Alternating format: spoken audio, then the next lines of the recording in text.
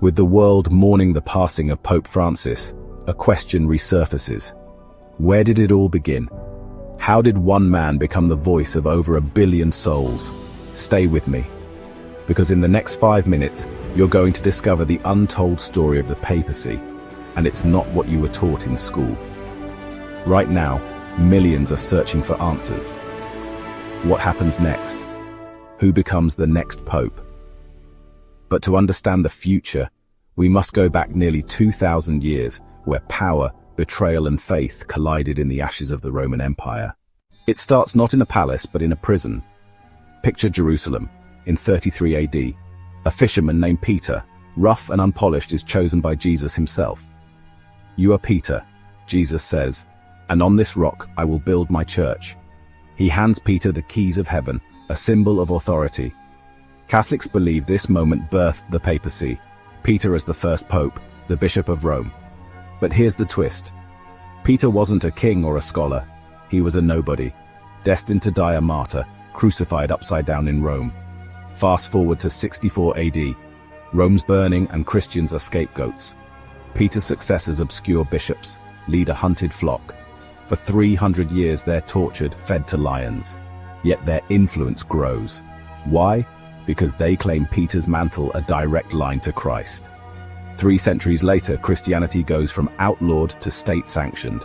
Thanks to Emperor Constantine in the 4th century, the church gains land, wealth, and yes, political power. In 312 AD, Emperor Constantine sees a cross in the sky and converts to Christian.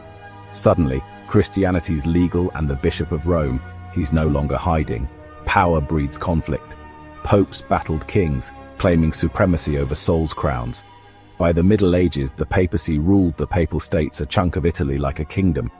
But it wasn't all holy water and hallelujahs. The papacy has faced scandals, schisms, and even multiple popes at the same time. Ever heard of the Great Western Schism? For 39 years, 3 men claimed to be the real pope. Chaos. Through all this, the papacy endured, reformed, survived. How did a fisherman's legacy become this? The papacy's strength wasn't just faith. It was politics, survival, and a claim to divine authority no one could rival. Today, the role of the Pope has shifted again. No longer a kingmaker, but a global symbol of peace, humility, and often controversy. Today, the papacy is a global force. From John Paul II toppling communism to Pope Francis, whose birth name was Jorge Mario Bergoglio, broke barriers as the first Latin American Argentinian Pope, and the first to focus his reign on poverty, climate, and compassion, a Jesuit who lived humbly, shunning palaces. Francis championing the poor, popes shape history. So, what happens now?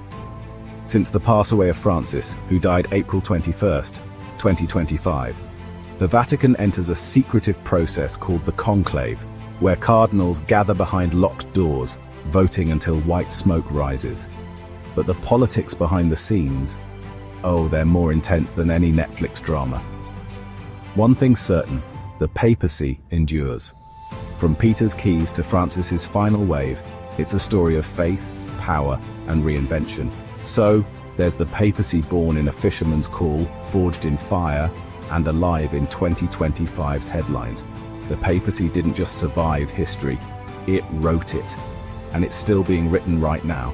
With Francis gone, its next chapter begins. Smash that like button, subscribe, and hit the bell as we are diving into history's mysteries.